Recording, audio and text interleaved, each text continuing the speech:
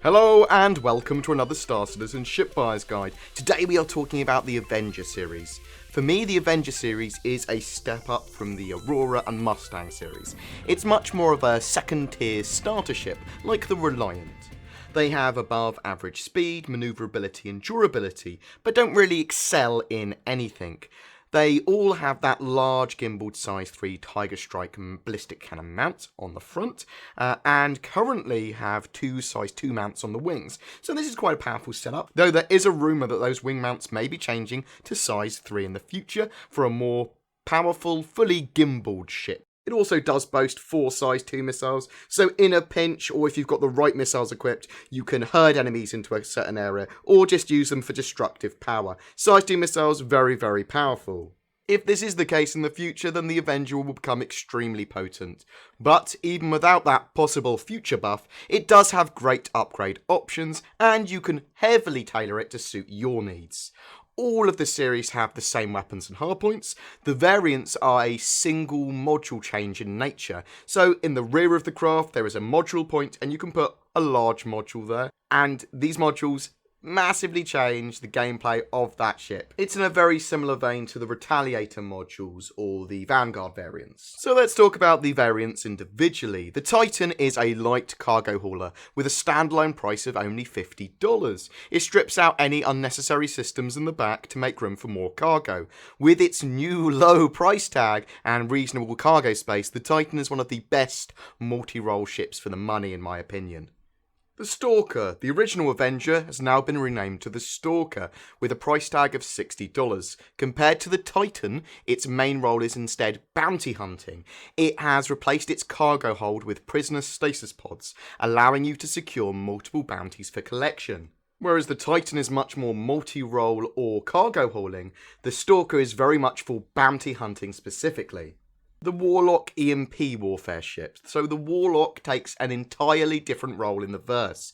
With a price tag of $85, instead of a cargo bay or stasis pods, the ship comes with a powerful EMP generator in the back, very much in the same style as the Matrix films, if you've seen that. Its purpose is to disable electronics in a certain radius, making it extremely useful for a number of different functions. Once you activate it, it charges up over 10 seconds, making you extremely visible. After this time has passed, activating it again will discharge the EMP over about 300 meters radius. Ship systems will be disabled by the blast for varying periods of time, and this is affected by shields, whether your shields are on, whether their shields are on, lots of different things. So all ships will be affected by this that are in the radius in some way, including the systems of the Warlock that fired it. You can shut down your systems. Either craft gun or any of the crafts affected can shut down your systems before the EMP hits them to stop them being affected, and then power them on again after the EMP has been discharged. If you get hit on full on by that EMP, you are extremely vulnerable. The gameplay uses and possibilities are going to be awesome for this weapon. I can imagine cutlasses and warlocks used in packs to take ships down fully intact. Miners are going to sigh a long sigh when a warlock pulls up next to them and they know they're not going to be able to probably get away from that EMP that's charging.